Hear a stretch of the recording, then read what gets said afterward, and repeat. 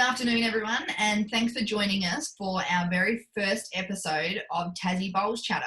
So, as you may have seen on Facebook, we've developed a new segment that we're calling Tassie Bowls Chatter, and we'll be having a bit of a chat around the grounds and just having a bit of coverage on Tasmanian specific bowls. Now, that may vary at times, and hopefully we can bring it to you quite regular, even outside of the situation we find ourselves in with COVID-19. But it will keep you occupied at home and give you some enjoyment. And I'm absolutely delighted with our first guest. 345 representative games for Tasmania, our most capped Tasmanian representative of all time. I could not think of a more fitting guest for our first episode.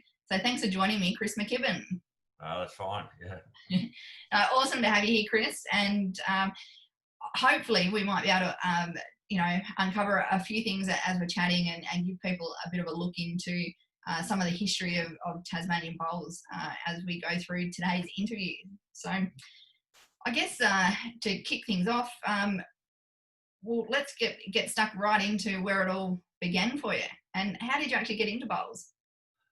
Well, actually, I was living in Geefton, and the family sport really was tennis. My parents were tennis players, all good country tennis players, and my brother John was a good tennis player, and Dad had actually built a court at home, so we was actually raised on a tennis court, and I was lucky enough to actually represent the state playing tennis at under 19 level many years ago. And I wasn't any better tennis player than my brother John, but I was in a different age bracket, and it wasn't quite as strong as what it was in his age bracket. So we were playing tennis regularly, and the bowling club was the local watering hole. So after tennis, we'd go over to the bowling club and have a beer and put a few bowls down. And he was very good. He'd actually won the open singles at Geefton, and they had a Division 1 team. Before he took the game up. So it got to the situation where the people playing tennis that we were playing against mainly were about a decade older than us, and John and I were the only ones of our age group coming through, and we sort of got to, once we'd sort of caught up to those in ability and maybe gone a little bit past, it sort of, there wasn't a lot going on in tennis in Geefton, and so we just, I'd had a little bit of success playing bowls in B grade level, and he'd won the open singles, so we both decided to play bowls about that time. It was probably the late 70s. Yeah. Okay. So late 70s, you've kicked into it. You're getting some success at a southern level. Now, I read this out to you just before, but I read out to you Eric Morse put a piece together in the early 2000s, and his words were, "Someone must have liked his looks and style of play, because at that time he had not even won an association title." In another year, 1982, he was skipping when he played the round robin at Bondi in Sydney. Whoever selected him in the first place was correct if they saw a champion in the making. So 1981, debuting for Tassie. And tell us about your debut. Rosny Park Bowls Club, a nice home ground in a sense here in Tassie. Yeah, well, actually, Tasmania played a series against South Australia, which didn't really happen again. They came down for a 3-game series, and I was selected to play 3 for Tom Cordo, and I don't think Tom had ever heard of me at the time. I'm not sure. I got back to me that he wasn't real happy, but we ended up pretty close in the end, and we went through that series unbeaten on our rink. Darby Ryan and Laurie Matthews were in the rink, and to this day, I don't think I played in a stronger rink. It's probably my favourite rink.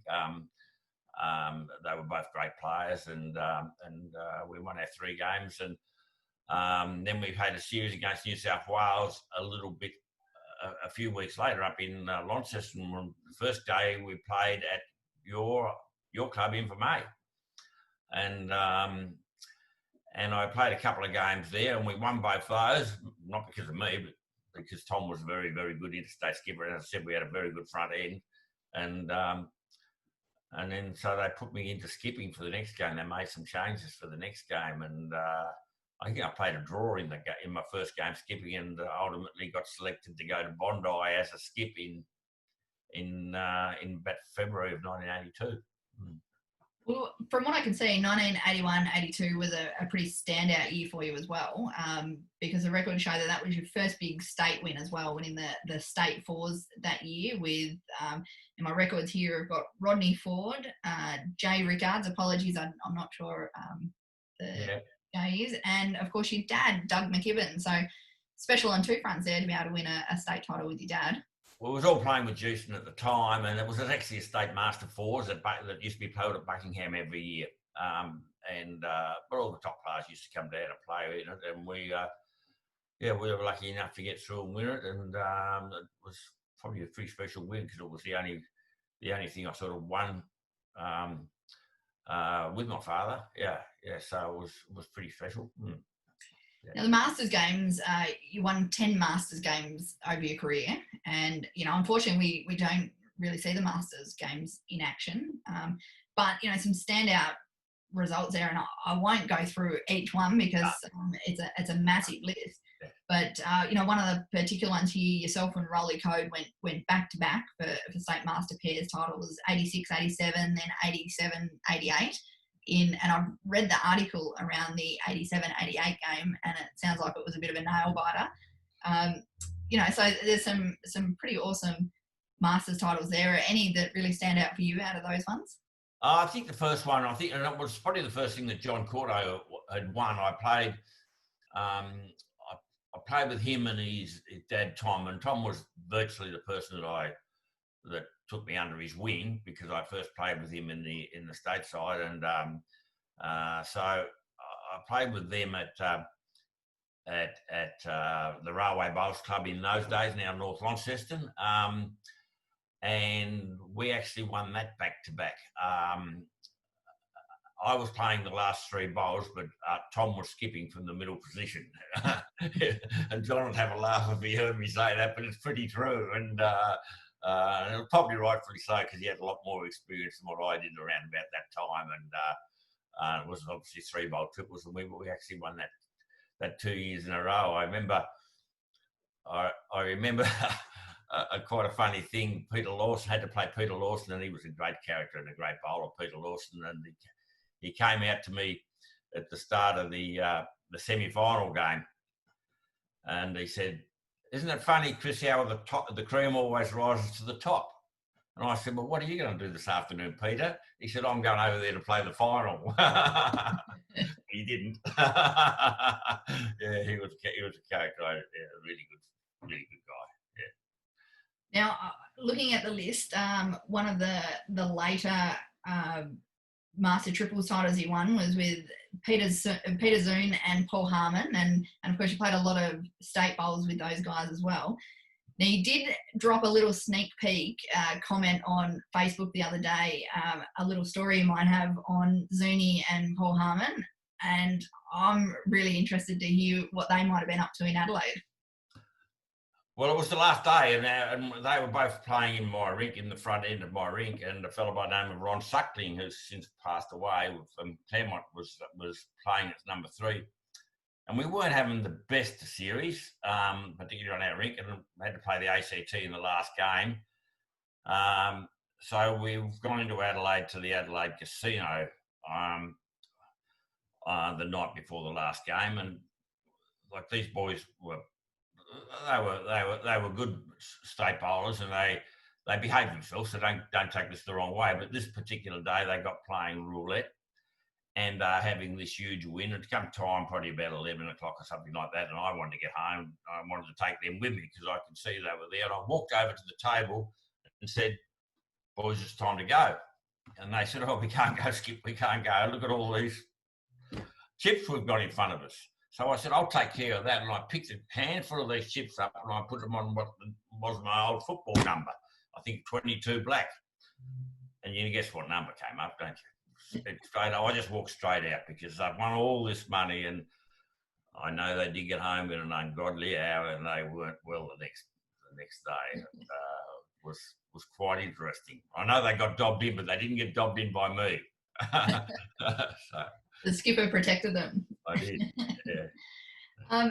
Now you've also got an amazing record in the state open championships as well. We went through them before. You've got 5 state fours titles, 3 state pairs titles, a state triples title, a state singles title. So all up between our masters and our state events, 20 Tasmanian titles of some description. It's a massive feat, and I'm actually not sure that anyone here in Tassie could match that at this stage. So I look at some of the names that you played with, and Zuni, you played with a lot there, and even a young Mark Stroschnetter starting out in the early 2000s. I mean, any of those particular state matches that really ring home for you or really memorable for you? Look, I think obviously Peter and I were very close when we played. We won a couple of state pairs together, and some state fours championships together. And I always liked Peter in my rink. I thought that he was, well, if I'd had to hand the bowl to someone to bowl me within a foot to save my life, I would have handed it to Zuni. But I would have made him play it on his backhand, by the way. I wouldn't have allowed him to play it on his forehand. He was a very, very reliable draw shot. And I really liked him playing number 2 in my rink because it's the leader forward. You can almost rely on Peter to get you one in there. So one day we were playing at Rosny Park in the final of the state pairs, and we were getting thumped.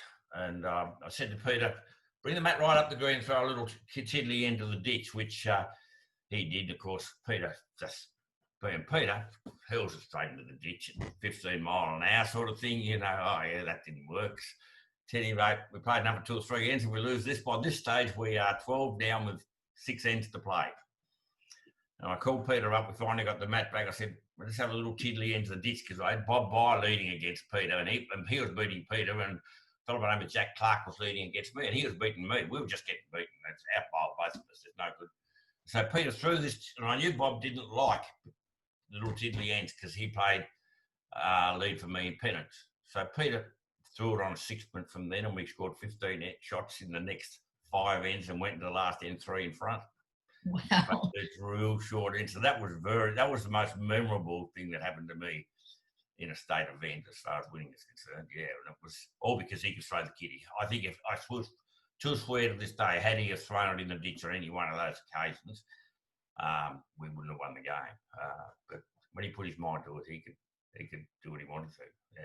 Wow, it's a pretty big turnaround there, that's for sure. Oh, huge. Yeah, huge. Just goes to show you never say never. No. Now, one of the questions that got shot through to us on Facebook was, how important is good team culture in success, and what have you done to try and instill that in rinks over the years? Played predominantly skip for a long time and been involved in some very successful pennant sides at Sandy Bay as well. Yeah, well, Sandy Bay, we had a wonderful culture. I play at Broadbeach on the Gold Coast now. I don't play as much these days, but the culture there was, no disrespect to the Broadbeach boys, is nowhere near like it was at Sandy Bay Club. Like we had a ruling at Sandy Bay that everyone had to be on the green. Everyone had to be on the green on a Thursday night, and if you couldn't be there, you actually didn't matter who you were. You could be skipping for Tasmania, or you'd ring the selector up and say, I can't be there. I'm in Melbourne on business, or I'm away, or something. And you was also expected to train one other night, but everyone used to turn up at least twice a week and train all the time. In our culture, we were very, very close knit group down there, and I thought, yeah. So it was a bit of a shock to me, because I don't think that there was, as you know, down in Tasmania, that the pennants were the be all and end all. They were the times that I really enjoyed the most, was my successful times, or our club's successful times at Sandy Bay. But when I came up here to Broadbeach, there wasn't quite as much emphasis on the pennant, I didn't think, as what there was, because we played it for 18 weeks in a row, and it was the be all and end all down there. So yeah, I thought that, that was very good. In the state side, I really didn't get involved in the culture side of it. Michael Hill coached us for most of the time I was in the state side after he'd finished playing himself, and I sort of let him take care of all that. But it was fairly good, and I was I was fairly lucky to play in rinks where I didn't have any one in particular that I didn't like or didn't get on well with. Everyone was sort of pulling for one another, and I found the culture around the stateside to be pretty good, actually. Yeah, it is funny. Like I talk to friends in northern states, and they think we're crazy on how long our pennant season is, but it's such a great I don't know, a great environment to be a part of, and such a team sport to be a part of. Yeah. I don't know. It seems weird for them looking in, I think. Yeah. Well, we actually play the same amount in Broadbeach. If you take on the Gold Coast, if you actually take the Premier League into consideration and the pennant into consideration, because there is a 4 month gap in between the two. Yes. So you end up actually playing the same amount of games across the year, but of course you can play all year round up here where you can't in yeah. So over all your years, now whether it be Tassie or interstate matches, who do you think's been your toughest opponent over the years? Look, it's very difficult to say. I've seen some really great players. It's hard to say because we used to play against Victoria more so, and they probably still do today, than what they do the other states, where you virtually only come up against them once a year. And without doubt, probably one of the you can only say how they played in the game against you at some stages. And I think one of the best players I ever saw play was Mark Jacobson. Him and Mark Cowan took Peter Zoon and myself to the cleaners one day on the back green at Moama in a five-a-side game, and honestly, you couldn't have beaten him with a stick. He was just, and Mark didn't half let you know about it either, by the way. He was, they were on fire. He was just unbelievable. I think Peter and I might have scored about 5 in the whole game. It was, but also had the wins against him over different times. But he was an extremely good player to play against. I played it early in my career when I was playing 3 for Tom Cordo. I saw the great Rob Perella. We played him on a very quick green at Buckingham Club one day, and he just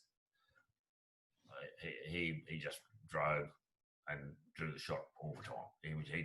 We got a bit of a pasting that day as well. So it's hard to say because you've often, we've all had our games where we play great games ourselves, but if you're unlucky enough to come up against someone that's in dynamite form on the day, there's not much you can do about it. Really. Yeah, that's for sure. Now, one of the things that I think is absolutely remarkable about your 345 game career for Tassie is the fact that particularly in the early days of rep bowls, there wasn't as many opportunities to rack up games. Along the way, I think we mentioned before the territories weren't competing in the Ali Shield at that point, and there wasn't as many test matches and things along the way. So that's probably been something that's changed along the journey. But I think it just shows even more incredibly so how long you must have stuck with it for to rack up that amount of 345. Yeah, well, we actually only got the 3 games in against Victoria as well, and those weren't 5-game series for the first few years that I played in them.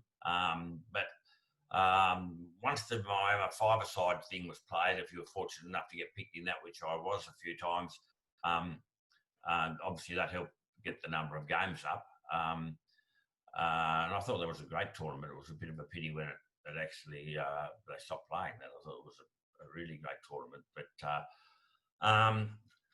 So yes, it was difficult to get the games up, and I did miss a few over the period of time. I pulled out for 2 seasons when our business was very busy in the late 80s, and made myself unavailable, and then had a couple of health issues along the way. I think I missed about 4 to 5 round robins across the 25-year span that I was in it for issues of my own doing. I did get dropped once, but not for the round robin. I got dropped against Victoria. That was after Harman and Zuni when I got on the grog on me. I got dropped for the next series. I'm still blaming them. You could have given 400 games a pump if you'd had those games in there.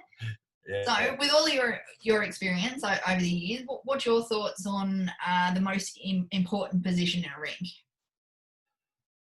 Well, it's funny because I think different people. As I said, my mentor was Tom Cordo, and he always said you've got to have a leader and a skip. I think I always liked my rink having a really, really surprisingly a good number 2. because if the lead misses out, you need someone that could walk on the mat and step there and get you one close. And Peter Zoom was the guy that I really did like. Peter played a lot of games at 3 for me, but I really liked him in the number 2 spot because his draw shot was his best shot, and I could almost rely on the fact that the 3 wasn't going to hit the mat 3 or 4 down, you know. And so I always liked the number 2. I favoured my best draw shot. I'd always put at number 2. You know, I wanted the selectors to put at number 2. So yeah, it's funny you should say that because if I'm selecting a team, number 2 is one of the first spots I pick, and people say, "Oh, you hide people in number 2." I think no, you can make or break a result any day. I couldn't agree more. Yeah. Now, one of the questions also that got sent through was, who would you like to play with that you haven't played with before? But you've probably just about done it all. Well, like, no, it's very difficult to say that. Like, there's some great players up here that you'd love to have played with. I've been fortunate enough up here to play with a couple of very, very good players. But from Tasmanian point of view, I don't think there was anyone that I'd like. I got to play with nearly all the top players, and different times. One of your bosses, Steve Blassen, would have been nice to have had a game with Stephen at some stage or other, and but obviously, don't tell him that his head's big enough. But don't tell him that his head's big enough. But yeah, I've always got on well with him, and but there's no one that really has stood out. There's a lot of great opponents, and one thing or another. You thought it would have been nice to have had a game with them, but I didn't really find to have a game with anyone in particular, to be honest with you. Yeah, well, Mark Stroshner has sent this one through, so I'm not sure if he's trying to get a plug here or not, but he has asked, and for those who don't know, Mark's now a Bowls Tasmania board director, so he has some direct links into the office, and his question is, who do you rate as the best or some of the best Tasmanians over time? And we've probably touched on a lot of them, during our conversation so far. It's very, very difficult to rate because the game changed from when I played. The game changed so much. We all had the old classic heads like classic bowls, which had been in back a mile, and the game changed, and it was the players that had to adapt. And of course, when I originally played, I thought the best state rink that I played in was a rink with Tom Cordo was skipping it, and an older fellow by the name of Laurie Matthews, and Darby was playing too. I was in the 3rd spot, and Darby Ryan was leading. So that was a very good rink. And I was lucky enough to play at another very good rink in Jack Conway was skipping, Heck Beswick was 3, I was number 2, and Michael Hill was leading. So, but as far as the best players, well, obviously you've got Stroshy that I never ever played state bowls with. I played a couple of state events with. Went on and represented Australia, so he was obviously a very good player. Dick Crocker was a great player, a good skip for Tasmania, and even the opposition used to say to me, you knew you'd been in a game of bowls when you played Dick Crocker, sort of thing. So Paul Harmon and Peter Zern, even though they're close mates of mine, I couldn't go past them. They were good players, and Paul was a real loss to Tasmanian bowls when he didn't continue on, because he was a very, very good player, but he did the family thing and raised his children, which maybe I was a bit selfish in that respect and left the wife to do that. But Paul was a good player, and Zuni, of course, Zuni every day of the week. Yeah. Now, we said you spent about 25 and a half years in the Tassie colours, and you were thinking about retirement in 2005, and we managed to pull you back for an extra couple of years there at the end. You went to Northern Territory, and then you got to finish your career where it all started, as far as Tassie colours go, at the Rosny Park Bowls Club at the last Alley Shield there as well. Yeah, I did. I played my first game against South Australia. I played 3 for Tom Cordo over at Rosny Park, and I played my last game at Rosny Park. And my last 2 bowls, surprisingly playing for Tasmania, both finished in the ditch. And they weren't driving at anything. Mind you, the kid was well back there, but I think the tears were rolling down my eyes. So, but we managed to win the game, so that wasn't so bad. Yeah, that was the last game of the Early Shield in 2007. Right. Well, and then not long after that, unfortunately, Tasmanian Bowls lost you to the warmer weather up north, and you now reside for most of your time now up in Queensland, and yes, playing at a club that's very dear to me, and a place that's almost a second home to me at times, which is the Broadbeach Bowls Club, and playing with some superstars up there. You've got Canadians, Ryan Bester. You've got the two Scotsmen, Kevin Anderson and Ryan Burnett. What can I say about them? I can't say the dynamic duo. yeah. I haven't played much. I played a lot with Ryan, but when I first came up here, I was skipping a rink for a while, and the two best players that I've played with up here is Sean Baker and Ryan Bester. Sean went through a situation when I first got here. He played 2 or 3 seasons and he was unbelievable. Like he was winning everything in Queensland, and he was in dynamic form, pretty close to Bakes. He was sorry when he left Broadbeach, but obviously we got Ryan in, and he's done a great job as well. But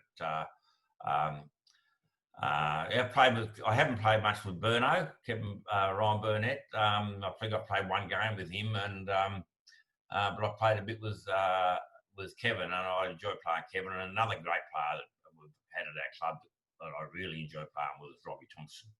And so I got on well with those guys, but I played a fair bit with Kevin.